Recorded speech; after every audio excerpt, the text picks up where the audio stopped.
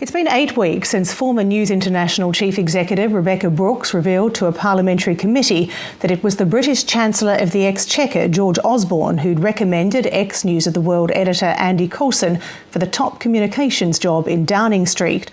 Andy Coulson resigned in January, citing distractions to do with his former employers. 5 months later, he was arrested over phone hacking allegations. So why was George Osborne so keen to employ Andy Coulson? Tonight, Natalie Rowe, the woman at the heart of drugs and prostitution claims against the Chancellor, has spoken to Lateline in her first television interview. Europe correspondent Emma Alberici has been investigating the history of George Osborne's links with the News of the World and allegations that Andy Coulson manipulated coverage to the advantage of the man who would become Britain's Chancellor. Natalie Rowe was once dubbed a ticking time bomb, destined to blow away a couple of young Tories' chances of ever making it anywhere near Downing Street. Her story, published in the News of the World, about nights spent taking cocaine with George Osborne and supplying prostitutes for Mr Osborne's friends, could have ended his political career. I remember, on one particular week, I heard that Cameron was being asked whether he'd taken drugs, and George was being asked the same question, I believe. I'm not sure, but I knew that there was an issue about who had taken drugs. And I, for reasons that I won't go into, I decided to sell my story. It was October 2005. In a matter of days, voting would begin to decide the future leader of the Conservatives. George Osborne was campaign manager for his good friend David Cameron. Nothing and no one will stop us. Natalie Rowe was in her early 20s when she met George Osborne. She was running an escort agency. Her boyfriend at the time was William Sinclair, a descendant of one of the biggest landowners in the UK. He and George Osborne were members of Oxford University's Bullingdon Club, a male-only institution with a reputation for heavy drinking and riotous behaviour. An invitation to join was usually restricted to those who'd studied at Eton, the world's most exclusive boys' school. Tell me about what you recall about George Osborne. What was he like? He was kind of the outsider in the group. Majority of the guys were all from Eton, and he hadn't gone to Eton, and he would be kind of like a butt of their joke. Sort of like there was an issue that he wasn't from any sort of aristocratic background, and that he hadn't gone to Eton, and it was sort of as if he wasn't quite on the same level as they were. Or that's how I perceived it. And so, were you friends? Me and George? Yeah. Yeah. Did it ever become more than a friendship?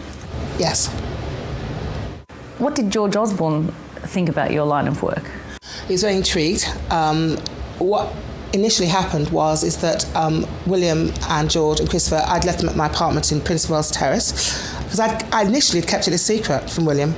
I think he knew something was going on, but I didn't ever really tell them. I mean, they knew that I had an escort agency, but they didn't know that what I did.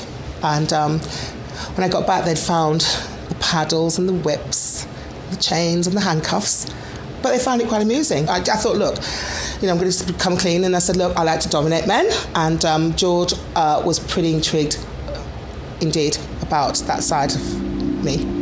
In 1994, she became pregnant to William Sinclair. They threw a party to celebrate.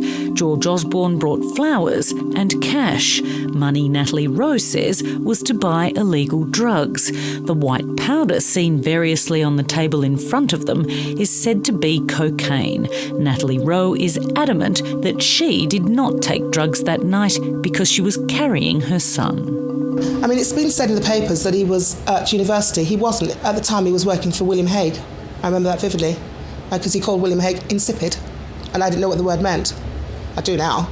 So there was cocaine on that night, on the table. George Osborne did take cocaine on that night, and not just on that night. He took it on a regular basis with me, with his friends. There are more witnesses, not just me, that witnessed George Osborne taking cocaine. So there are other people out there that know the truth. I remember vividly that on that particular night he had taken a line And I said to George, jokingly, that when you're Prime Minister one day, I'll have all the dirty goods on you. And he laughed and took a big, fat line of cocaine. When it was published in what was then Britain's biggest selling newspaper, the News of the World, it was as much of a shock to Natalie Rowe as it was to George Osborne. Not only had they stolen the story after she'd sold it to the Sunday Mirror, they'd painted her as the villain. A statement from the then rising star of the Tory party said he'd met the so-called Vice girl through her boyfriend, but that he'd never been intimate with Natalie Rowe or taken drugs with her. In the words of the News of the World editorial, he was just a young man who got caught up in this murky world. Osborne, who now runs party leadership hopeful David Cameron's campaign, has now owned up to his encounters with a cocaine-snorting call girl and robustly condemns drugs for the destruction they wreak. Last week we said that the Tory leadership is Cameron's for the taking. Nothing published since then has made us change our mind. Right alongside the editorial was a weekly column for which senior Tory William Hague was being paid £200,000 a year. The editor at the time was Andy Coulson, and I think that's worth remembering because of the future relationship that we have between the Conservative Party, the Prime Minister and Andy Coulson. And the decision on which spin to give to the story by the editor of the News of the World particularly was something that determined his future in politics. You think so? Undoubtedly so, because the editorial could have been written the other way, and if it would have been written the other way, it would have finished his career, I'm sure.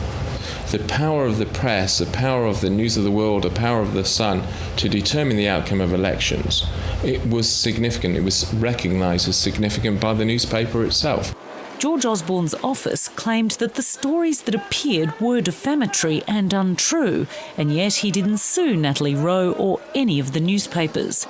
Quite the contrary. Within 2 years of those cocaine and prostitution headlines, George Osborne was pushing David Cameron to hire the very man who published the story, ex-News of the World chief Andy Coulson.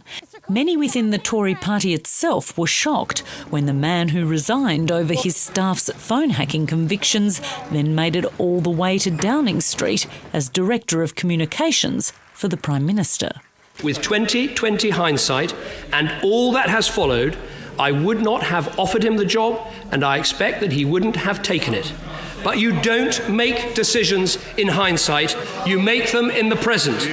You live and you learn, and believe you me, I have learnt. That isn't good enough.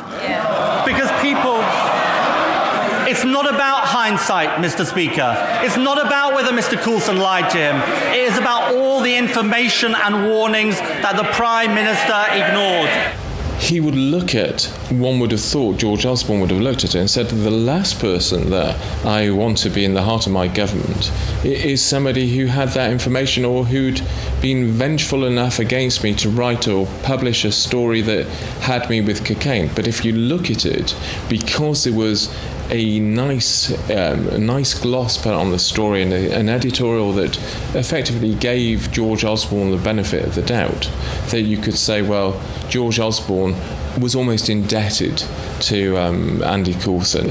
Andy Coulson had done George Osborne a favour, and perhaps it was time for George Osborne to reciprocate and do a favour back. Last month, police from Operation Wheating, looking into the illegal accessing of voicemails by the News of the World investigator Glenn Mulcair, told George Osborne he was a victim of phone hacking. The Chancellor has said he won't pursue a claim against the Murdoch empire. Natalie Rowe was told she too was a target. I have nothing to hide, so whatever they listened or heard, I'm happy, I've got no worries with. But I just think it's an absolute violation of my privacy, and no one deserves to have that done to them. Did the police officers show you anything to prove that your phone was being hacked? Did they show you any documents? Yeah, I saw a document with one of George Osborne's. Well, it was Christopher Coleridge, who was who was there on the night of one of your friends? cocaine party. That in the photo, one of me and George. He was one of George's friends. He had been to Oxford with George and Eton with William, who was my boyfriend at the time. His name was on the. It was the first name on the list, and then there's a heavily redacted bit that I can't see, and then there's my name and various aliases that I've used in the past, and my phone number. What's your experience of dealing with the tabloids here in the UK? I tell you what, I learned very quickly that you can't trust a newspaper. You can't trust them. They completely diluted it and made me look like I was not to be trusted. This Vice girl, and that I felt that it looked as if you can't really believe this woman. And also George Osborne, has gone around saying that this woman that he barely knew, who was touting her story around, well, George more than knew me, and I've always said that the truth will always catch up on you, and it's going to catch up on him.